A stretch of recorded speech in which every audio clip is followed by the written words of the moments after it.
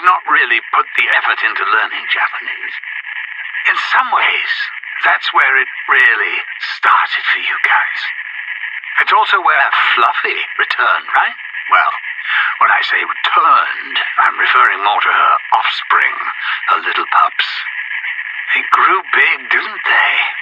More importantly, they started showing signs of food aggression. Whoa, that's never good. Gotta say, I still prefer an angry dog to any kind of cat. I know it's wrong to generalize, but frankly, all cats are evil little shits. Hey guys, I am BlackOpsAmazing. So I was just thinking to myself, how far Call of Duty Zombies has actually come. Starting from World at War, Nakdo and Toten, how much more simple things were back then, how easy it was to play zombies, jump in a game, have fun with your friends, and then moving on through the games to BO1, BO2, BO3 and now in Black Ops 4, and just seeing how much zombies has progressed and changed over the years. But I was thinking to myself, where did zombies really begin? You could say Eli, of course it was in our first zombies map, Nakdo and Toten, and then the second zombies map we ever had was Verrucht, but I believe zombies actually began in Numa for World at War. That, I think, was the zombies map that made zombies. Without it, without Numa, zombies wouldn't be anything that it is today. A lot of things that are famous for being in Call of Duty Zombies, for example the perp machines, the mystery box, traps, or characters, these things that you could show to people that don't even play zombies, and a lot of people would recognize what it is. Well, Numa is where a lot of this began, and I think a lot of people forget about this, and actually underrate how integral Numa was, being the first map to add a lot of features that we love in zombies today. Without this map, I believe zombies could be totally different. So of course Numa was the third zombies map that we ever had. It was set in the Rising Sun facility in Japan. The word Numa translated to English means Swamp of Death or Death Swamp, which is exactly what it is. Also being a World at War map, like a lot of them were, whether it was Nakdo and Toten, Verrucht, Derice, all of those maps back in World at War, in my opinion at least, were scary. Those were the times when COD Zombies was truly horrifying. Nowadays, in Black Ops 2, BO3 and even BO4, there is a big argument that zombies isn't what it used to be. The atmosphere isn't the same. I also think a lot of that's down to just the graphics and how the lighting was, but Numa was definitely a scary map, and even though I don't think it's the best, it definitely wouldn't be in my top 10. It's not a bad map, and I will go back to play it occasionally, but as I said, and as the main topic of this video, it is the one that introduced all of these features into zombies that we see today.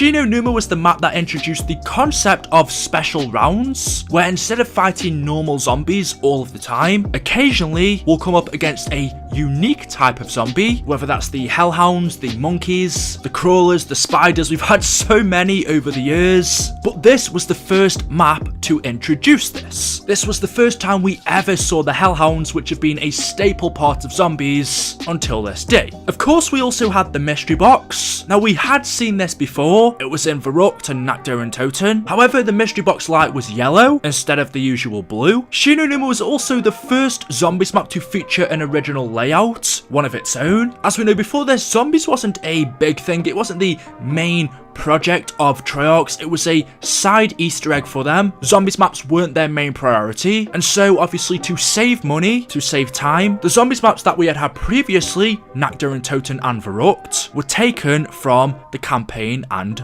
multiplayer. However, Numa was the first map to have an original layout. It was new, it had been created specifically for zombies. Yes, some assets were taken from the campaign and multiplayer, but for the most part, the layout was original to zombies. And yes, it's not very exciting, it's not really intricate, it's pretty simple. It's still a decent sized map, and like I said, was a first. But of course that isn't where it ends. This was also the first time we were introduced to all four of our characters, all four of the Ultimus crew, Richtof and Takio, Nikolai and Dempsey, for the first time.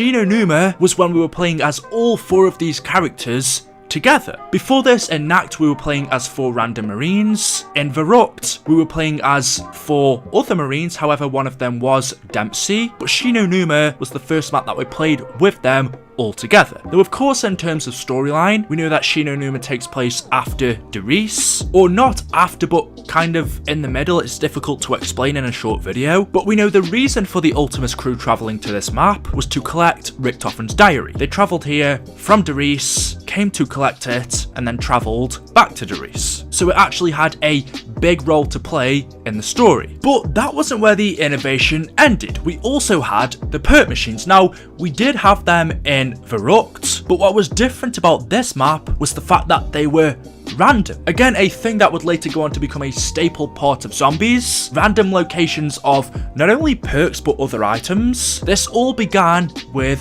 Numa. I'm not gonna lie, it can get quite annoying sometimes, especially when you're looking for Juggernog and you need it as soon as possible, and then you end up getting it on a round where it's too late. And I would say one of the biggest things about this map was the Easter eggs. We had seen Easter eggs before, but not on this level. The ones that we had were musical or very, very small. In Nacta and Toten, there was musical Easter eggs. In Verruct, there were the 2 smaller Easter eggs with the cremation chamber and the dentist chair, and then there was also the musical Easter egg. But Numa, there was a lot more. This was the first time where we heard quotes from characters. Cornelius Perlim, R-4808N 3714 06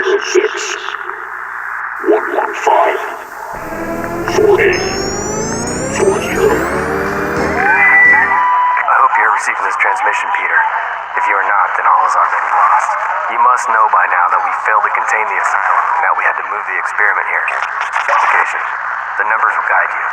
The giant must remain at all costs. Repeat, Derice must remain safe at all costs. The DG2 experiments continue. Might be our only advantage now.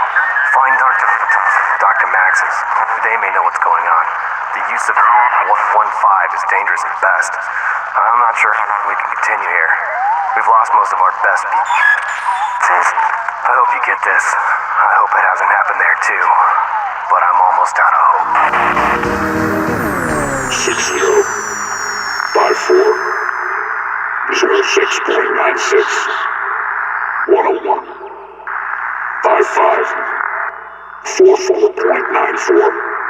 We also saw Peter McCain hanging from the ceiling. Again, a very important character in our storyline. These were 2 massive Easter eggs on their own. And then there was also the books that you could interact on. I believe it was actually Richtofen's diary, possibly, I can't remember. But you could interact with these and you would hear an evil laugh. And then there was the character quotes, the massive meteor of element 115 outside of the swamp, the writing on the walls, and many other smaller eggs as well. This was the first map to do it on a large scale and have Easter eggs that are actually important to our storyline that would go on to unravel for years to come. And I want to also give a massive shout out to the innovation of the zip lines. Yes, not the best feature. Personally, I don't think they were too useful. And the trap as well. The flogger is still one of my favorite traps to this date. So that was cool, but I just also want to say, with all of this, it was still a really fun map to play. It isn't one you can hate. It has that eerie atmosphere with the doctor's quarters, the fishing hut, the storage rooms. Let's not forget this was also the first map that gave us